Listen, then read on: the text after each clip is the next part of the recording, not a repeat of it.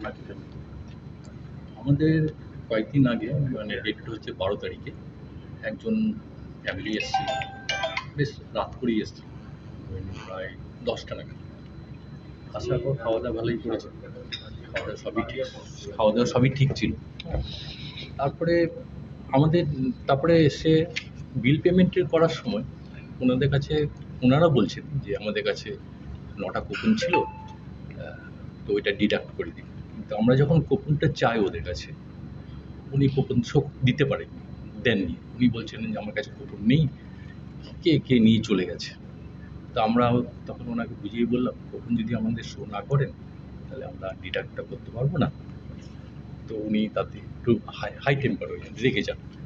তা আমরা আবার বুঝিয়ে বলি যে কুপনটা না হলে আমরা কিছুই করতে পারবো না, কুপনটা আপনি যদি দেন তাহলেই আমরা ডিডাক্ট করতে পারবো, তাহলে পারবো না। আরেকটা ওনাকে আবার আমরা দুটো অপশানও দিয়েছি, হয় এখন নিয়ে আসতে পারেন কুপনটা, নাহলে আপনি কালকে নিয়ে এসে কুপনের যা টাকা আছে ব্যাক করে দিন।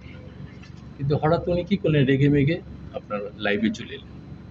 লাইভে এসে আমাদের উল্টাপাল্টা গালাগালি, আমাদের সাগরিকান রিসোর্টে নামে উল্টাপাল্টা গালাগালি, আমাদের স্টাফকে গালাগালি করতে স্টার্ট করে।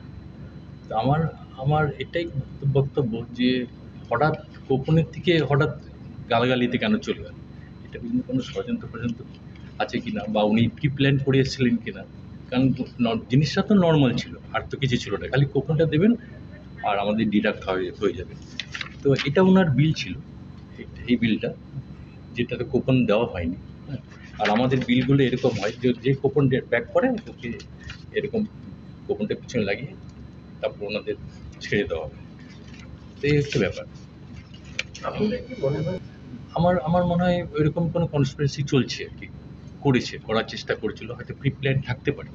তাহলে সামান্য একটা কুপন, যেটা আমরা প্রমিসও করেছি পরের দিন নিয়ে আসুন আমরা ব্যাক করে দেবো, তাতেও উনি রাজি হননি। তারপরে হঠাৎ লাইভে চলে গেলেন।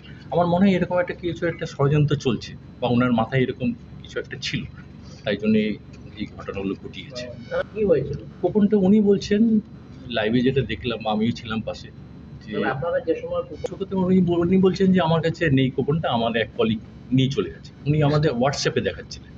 তো হোয়াটসঅ্যাপে আমাদের হয় না, আমরা হোয়াটসঅ্যাপে ওটাকে শো করতে পারি না, কারণ কুপনটা এমন একটা জিনিস, আমরা ওটা লাইভ মানে আমরা ফিজিক্যালি ওটা নিতে হবে, জমা বিকজ আমাদের অ্যাকাউন্টস ওটা দিতে পারি না, কারণ ওটা আমাদের অ্যাকাউন্টস আছে।